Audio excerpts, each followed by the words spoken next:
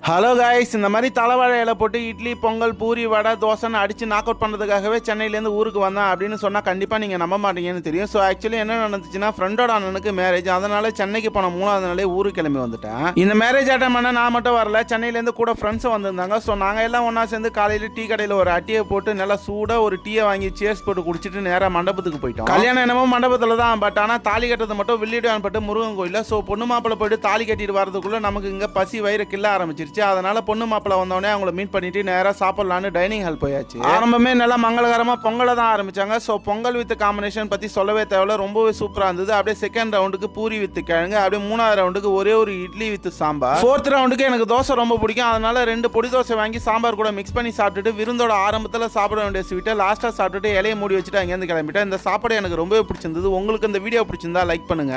Tata guys, பாய்.